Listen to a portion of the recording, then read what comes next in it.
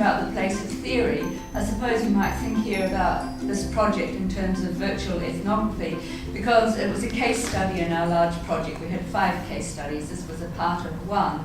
And the researchers were trying to develop a language program teaching Arabic to speakers of other languages.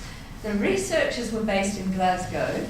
The research was coming out of the Islamic University of Gaza. So it was virtual. So the whole thing had to be done virtually because they couldn't go there.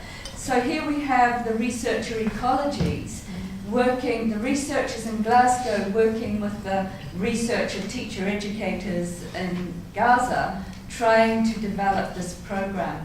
And so in a sense, I guess it might be located within this virtual ethnography. And by the way, I saw a fantastic app presented by a doctoral student on Wednesday, and it was called mobile ethnography. Yeah, really interesting. And so the participants carry around their mobile phone, and you can ask them questions and get them to take photographs and write up. So it's fascinating. But she said something about it costing 1,800 euros a month. I'm sure I heard correctly, but I mean, that's terrible. So she told them that she couldn't afford this because she was a researcher working with Durham County Council doing something on sociology students' participation in workplace practice. So it was ideal, this app. And she told the people who made it that she couldn't afford it and this is what she was using it for. And they said, okay, well, you can have it if you promote it. So there you are promoting it. So helping her out in terms of getting it for free. But I thought it was really interesting. Anyway, the researchers in Glasgow didn't have this mobile app, but they were working virtually using their laptops to communicate with the teachers and researchers in Gaza.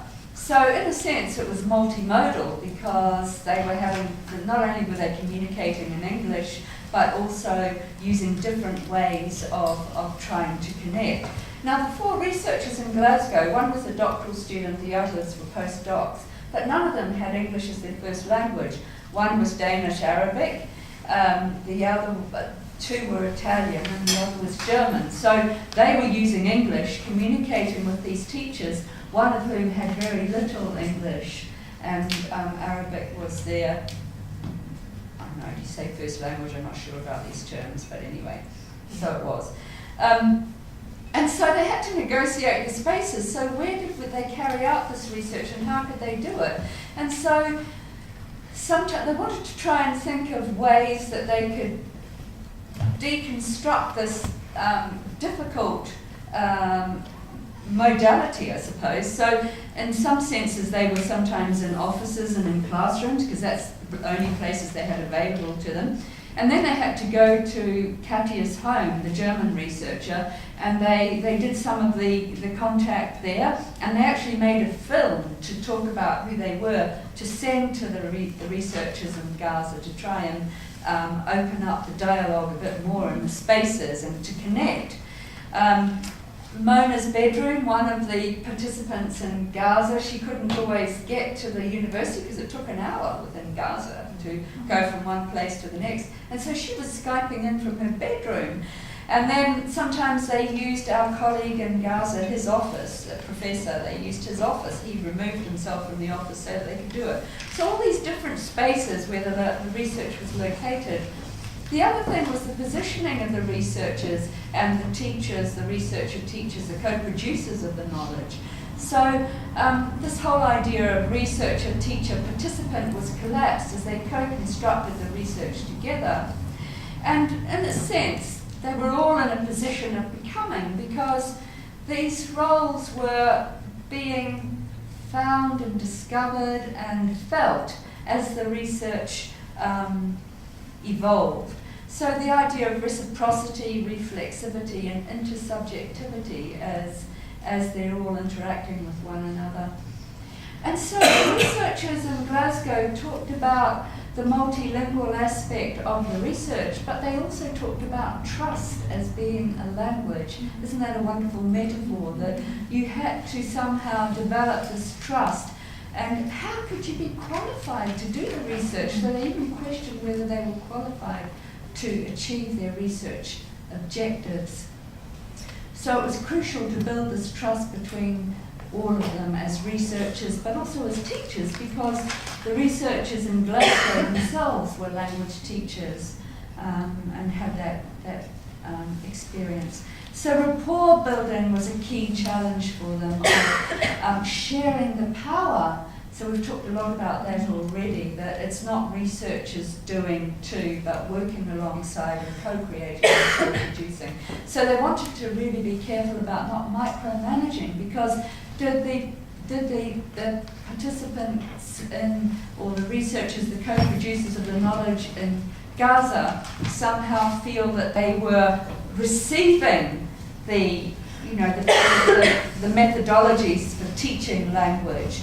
And I remember Nazmi, the leader from Gaza, said at the beginning, we're going to take all of these methodologies from the UK, because he did his PhD in Manchester 20 years ago, the best methodologies for teaching language, and we're going to use them to create the best TESOL program.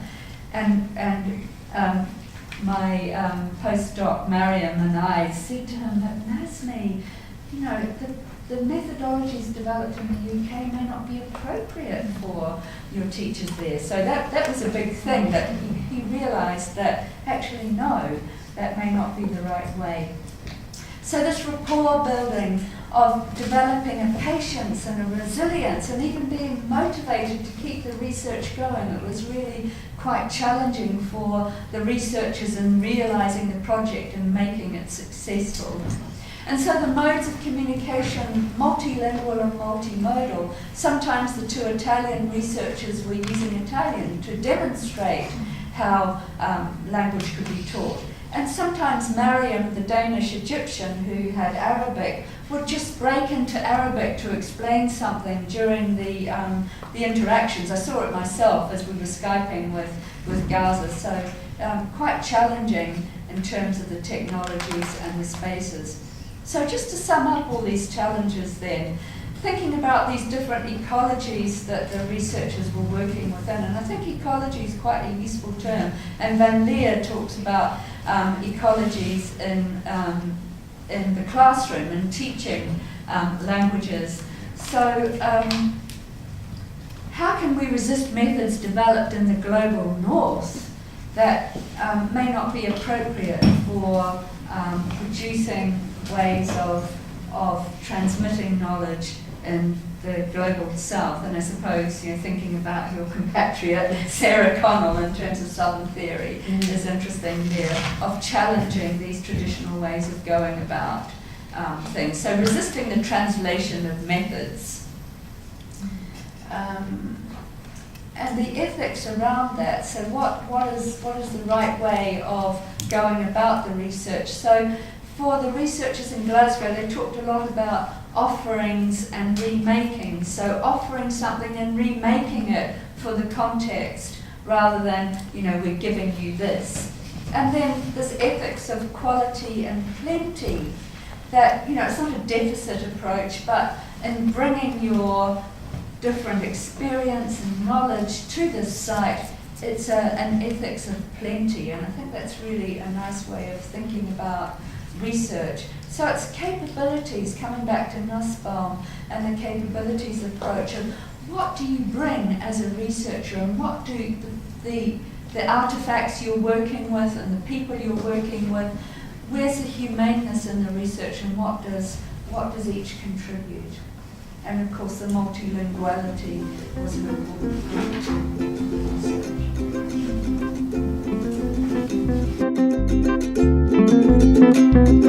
part.